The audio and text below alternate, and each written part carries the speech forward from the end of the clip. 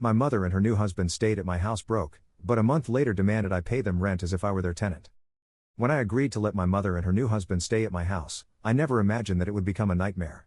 I did it because despite our differences and her new marriage, she was my mother.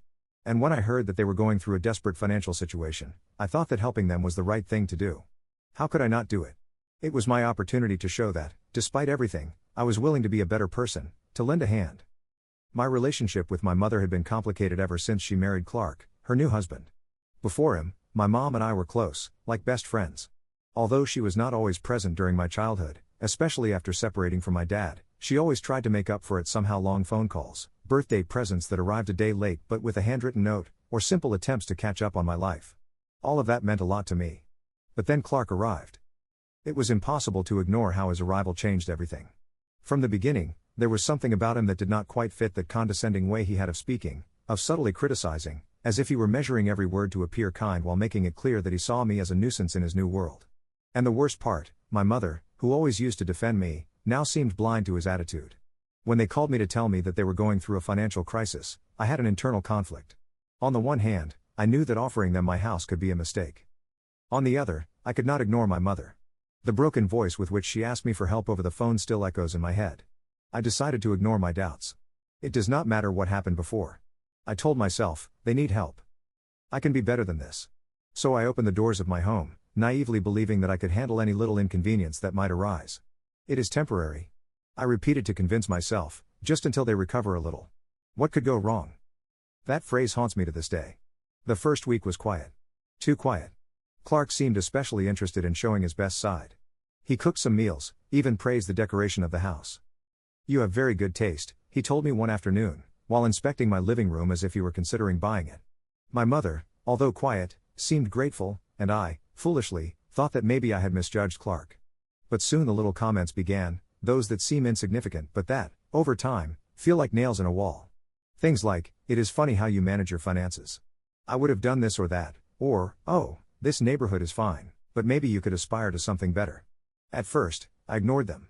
After all, they were going through a bad time, right? Who am I to criticize? The real problem began to arise in the second week when Clark and my mother started to get too comfortable.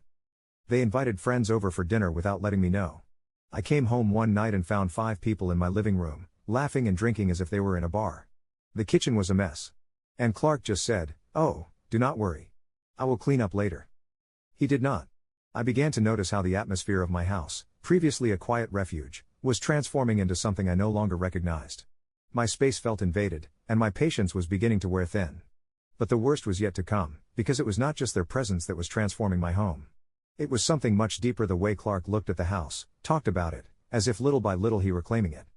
Opening the doors of my house to my mother and her new husband, Clark, was an act I did with my heart in my hand, but also with a knot in my stomach. My mother's call had come at a time when my life was finally in order. After years of struggling to stabilize myself, my house was a reflection of all my effort. Every piece of furniture, every picture on the wall, every corner had a story, a small battle won. But when my mother called me, sounding more vulnerable than I had heard her in years, I could not ignore her. "We are in trouble," she said in a voice I almost did not recognize. At first, I thought she was talking about something minor, perhaps an unexpected expense, but I soon realized that the situation was much more serious. My mother, a woman who had always had an almost arrogant attitude towards life, was on the verge of financial ruin. And Clark, according to her, was also devastated. She told me about accumulated debts, failed projects, and how they had run out of options. Although my relationship with Clark had never been the best, I decided to look beyond that. I wanted to help my mother. And, to be honest, I also wanted to prove to myself that I could be the bigger person, that I could overcome the resentment I had been carrying since he came into our lives. So I offered them my house, temporarily, until they could get back on their feet. The first week was tolerable. Clark seemed to be making a genuine effort to be grateful. Although sometimes his tone was still the one that had always irritated me: condescending, as if every word that came out of his mouth was tinged with "you do not understand anything," but he made small gestures to keep the peace. He cooked some dinners, offered to wash the dishes, even mentioned that he was looking for ways to contribute. My mother, on the other hand, was quieter than usual. She was not the energetic and talkative woman I remembered. Sometimes I found her sitting on the sofa, staring into space with a glass of water in her hand. "Everything will be all right?" she told me one night when I found her in the kitchen. "Thank you for doing this for us." Her gratitude was real, but there was something else there, something I could not define at that moment: a weight, a guilt that she seemed to be dragging around with her. But the problem started to surface quickly. Clark had a particular way of making me feel like a guest in my own home. It started with small, almost imperceptible comments: "How interesting the way you organize your things. I would do it differently," or, "Oh, your living room is nice, but maybe with some new curtains it would look cozier." He said it with a smile. Of course. But the word stung. Soon the comments turned into actions. Without consulting me, Clark began to move things around. One day, I came home from work and noticed that my books had disappeared from the coffee table. "Oh, I put them away," he said when I asked. The table looked messy. At first, I thought maybe I was overreacting, that these were minor things I could let go. But, inside, something did not feel right anymore. The breaking point came when they started acting as if my house was theirs. One night I came home and found Clark organizing a dinner party with a group of people I did not know. My living room was full of laughter, glasses of wine, and a mess that looked like it came from an impromptu party. "Oh, you are here," Clark said to me, as if I were the intruder. We were celebrating a little to lift our spirits. That night I went to my room without saying much, but inside I was seething. The worst part was not the impromptu party, not even the mess. It was the way Clark spoke and behaved. As if he had forgotten that he was there because I had lent them a hand. As if my house was simply another place he could control. The dynamic began to change rapidly. What at first seemed to be a manageable cohabitation turned into an invasion. My patience was running out. And, although I did not want to confront my mother, I knew this could not go on, but I still had no idea what was coming. The days following this surprise party incident were a disaster. I do not know if Clark interpreted my silence as approval, but his attitude worsened alarmingly. He began redecorating parts of the house, moving furniture and changing things as if he had a master plan to improve the place. When I dared to ask him why he was doing all this without consulting me, he simply replied in a condescending tone. "I just want the place to feel more welcoming. Believe me, this is for your own good." My own good? Every day my home felt less like mine and more like a battlefield. The paintings I had carefully chosen disappeared from the walls, replaced by Clark's questionable tastes, which seemed to be taken from a cheap decorating magazine. He even dared to suggest that I change the sofa because, according to him, it did not go with the energy of the place. My mother, instead of intervening, seemed increasingly absent. She spent her afternoons locked in my small office, supposedly looking for work or researching opportunities. But the few times I crossed paths with her, she was always watching videos on the internet or playing solitaire. When I tried to talk to her to remind her that this arrangement was temporary, she dodged me with vague phrases: "Almost there. Kid, we are very close to getting out of this. Just give me a little more time." The straw that broke the camel's back came one afternoon when I came home after a particularly hard day at work. The first thing I noticed was the loud noise of the television, a sensationalist news program that Clark seemed to enjoy as if it were an action movie. When I entered the kitchen to get myself something, I discovered that my pantry was almost empty. Where were the things I had bought just a few days ago? No trace. "Oh, I used some things to make dinner last night," Clark explained with a smile that was too calm. When I asked him, "By the way, could you make a list for the supermarket? We are low on supplies." That phrase triggered something inside me: make a list? After they used everything without even asking, I took a deep breath so as not to explode at that moment. But my patience was already at its limit. That night I locked myself in my room, thinking about how to address the situation without it all ending in open warfare. However, I did not have to wait long for things to come to a head. The next morning, Clark and my mother were waiting for me in the living room with an attitude that chilled me to the bone. It was as if they were the owners of the house and I was the intruder. Clark, always direct, was the first to speak. "We have been thinking, and we believe it would be fair for you to start contributing a little more to the upkeep of the house. After all, it is not cheap to keep all this running." I froze. Contribute? Upkeep? It was my house. They were the ones living there for free. The ones who had taken advantage of my generosity. And now they were asking me for money as if I were the tenant. "Excuse me?" I managed to reply after a long silence. But Clark already had his answer ready. As if he had rehearsed a speech: "Well, with everything we do to keep the place livable, we think it would be fair to share responsibilities. It's not that we want to make you uncomfortable, but a home works better when everyone cooperates." My mother remained silent throughout the conversation, sitting like a statue, without looking me in the eye. That silence hurt me more than any words. How could she remain silent while her husband spoke to me like that? It was obvious that Clark was running the show, and my mother, as always, avoided conflict, even if it meant betraying me. I did not say anything at that moment. I just nodded and retreated to my room. But inside, I was seething. It was clear that this situation could not continue. My generosity had been trampled on. And the worst part was that my own mother was not on my side. It was time to make a plan to get my house back and with it, my dignity. After that confrontation in the living room where Clark practically demanded that I pay them rent in my own house, I knew it was time to take matters into my own hands, but I could not just explode and throw them out on the street without further ado. I needed a plan. Something that made it clear who had the last word and that left no room for further manipulation or excuses. That night I locked myself in my room with a notebook and pen, ready to design my strategy.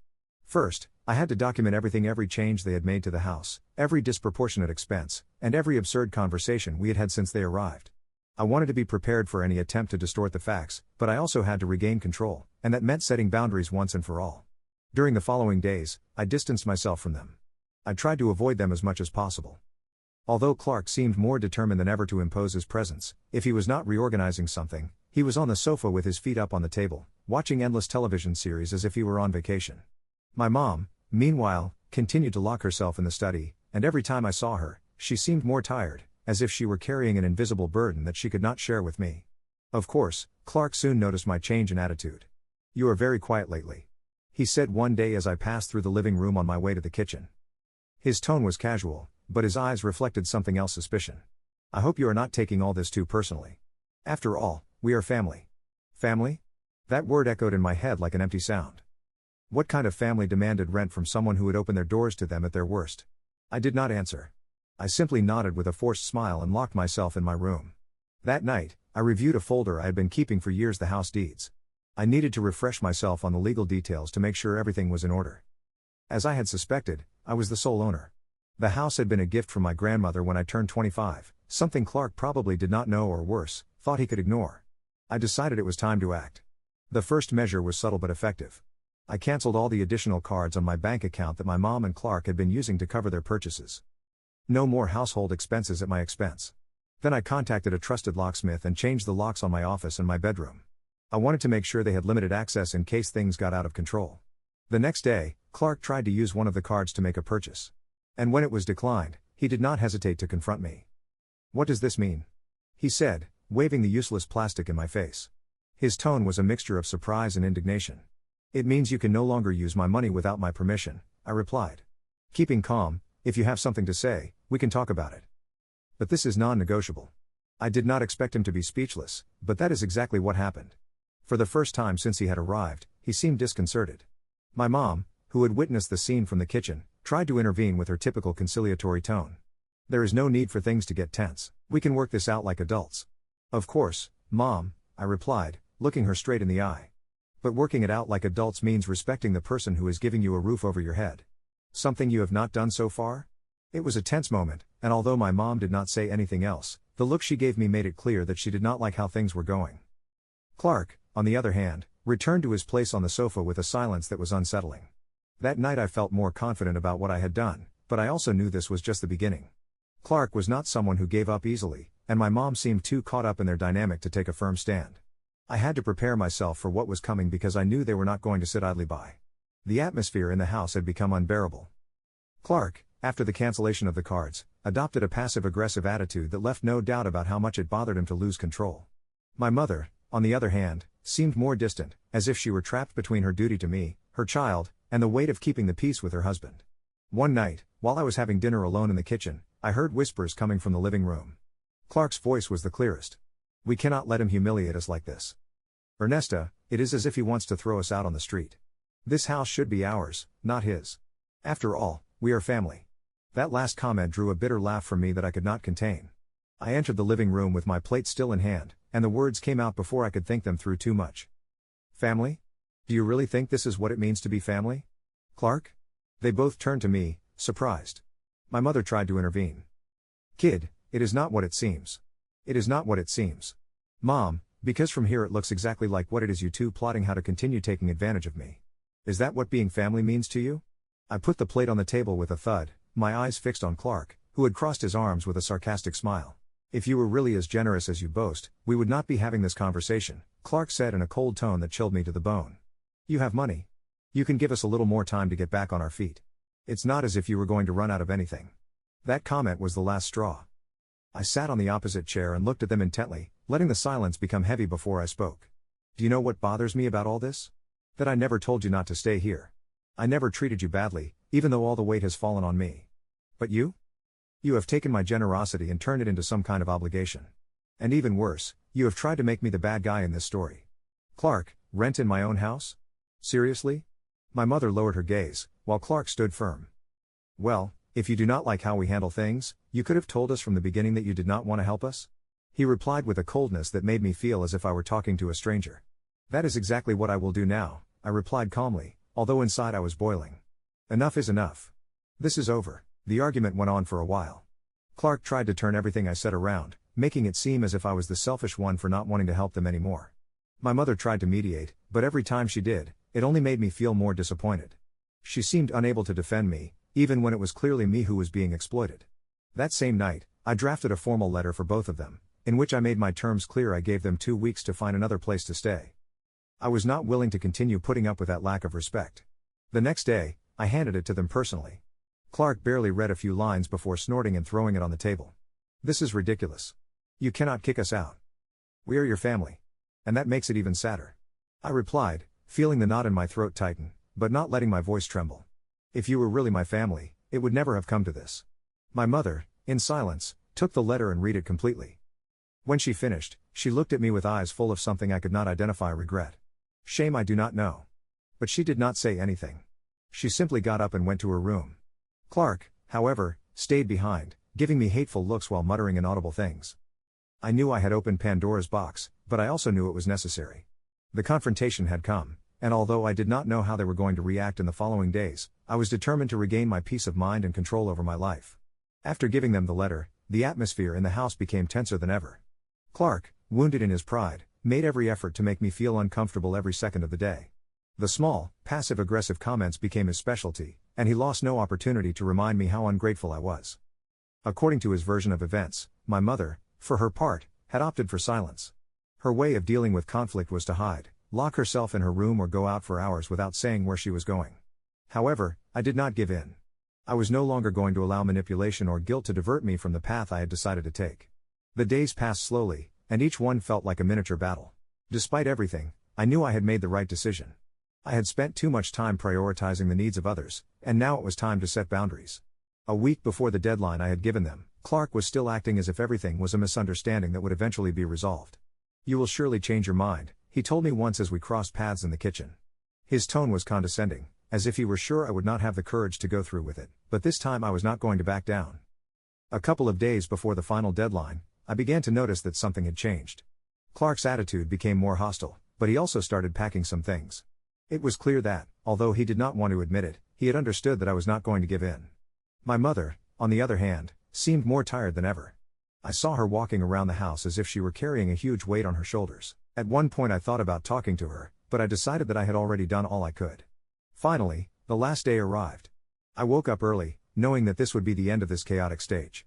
As I left my room, I found several boxes stacked in the living room. Clark and my mother had started moving their things, but they were doing it with an air of defeat.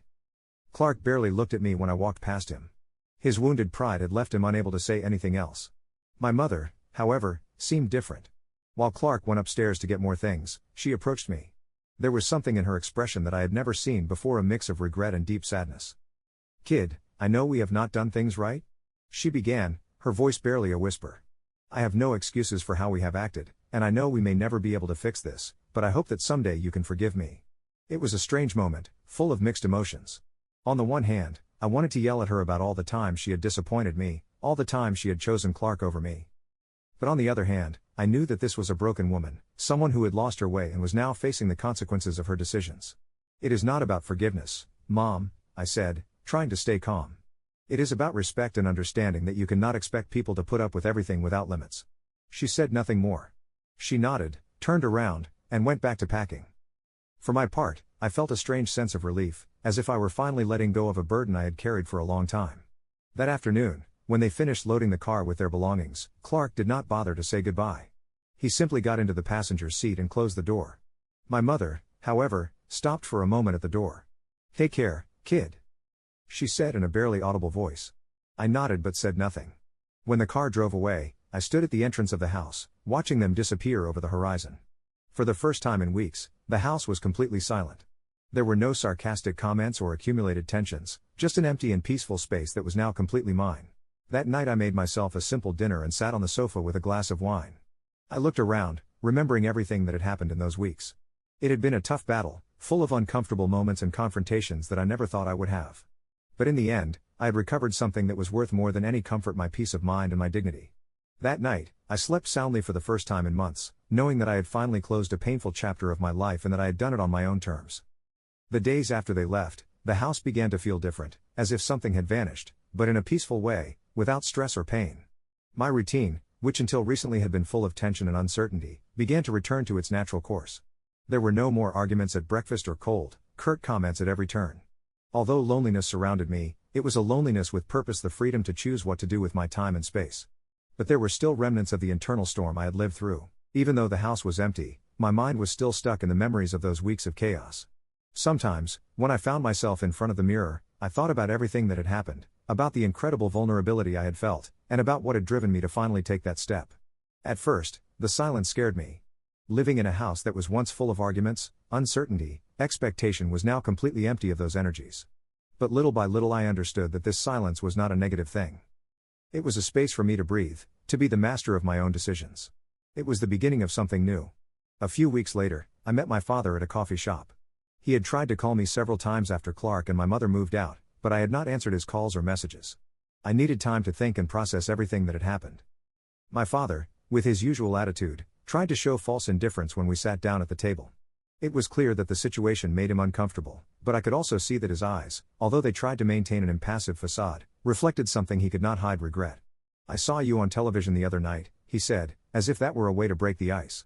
"You're doing well." It did not surprise me, because I knew he was aware of the storm that had occurred, but he was trying to disguise it all with small phrases like that. However, instead of continuing with the formalities, I decided to be direct. "It's not just about doing well, Dad, it is about respecting my boundaries. I let you into my life and my house without thinking about what it would entail. But what you both did was too much." For the first time, he did not interrupt. He looked at me in silence. And for a few moments it seemed to me that he wanted to talk, but he did not know where to begin. So I decided to continue. I needed him to understand something important, something I had never before had the courage to say. "I want you to understand that it is not just about the money. Or the house. It is that you took me for granted. You and Mom always took me for granted. I, unintentionally, was the pillar you could lean on when things went wrong. But no one thought about me, about my dreams, about my needs. That is what hurt me." My father looked down, and for a second, I felt that he was finally beginning to understand. The conversation became a little denser, more sincere. He confessed to me that at first it had been difficult for him to adapt to my independence, and that deep down his need for control over me had led him to make bad decisions. "I never knew how to let go," he said, his voice breaking. To be honest, I did not expect so much from that conversation. I did not expect my father to open up like that, much less admit his own mistakes. But somehow, after everything I had been through, I felt relieved to hear him. Maybe he still did not fully understand what he had done wrong, but at least he had taken the first step acknowledging it. During the following days, I began to restructure not only my physical space, but also my emotional life.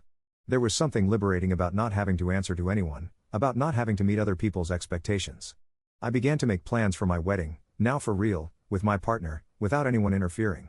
It was no longer a mere formality, but something I really wanted to do, without pressure. Meanwhile, the news of the inheritance began to take shape.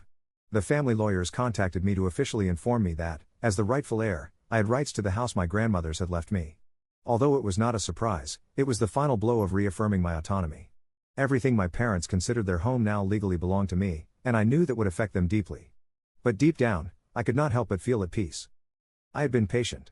I had made sacrifices, and now it was my turn to take what was rightfully mine. That day, while the family continued in their own chaos, I was in a completely different place. I had taken control of my life. I had stopped being the good guy that everyone wanted in their own way. And I had finally understood that for relationships to work, mutual respect has to be the foundation. One afternoon, after receiving the first news about the house, I stood by the window, looking out at the garden. Tranquility enveloped me, and I felt, for the first time in a long time, truly free. I knew that the days to come would be different, much clearer and less burdened with resentment. The change had been made, and now what was coming was solely my decision. No one else could tell me what to do. And no one else could control my emotions or my decisions. I had finally learned what it meant to take control of my life. And that control, now, made me invincible.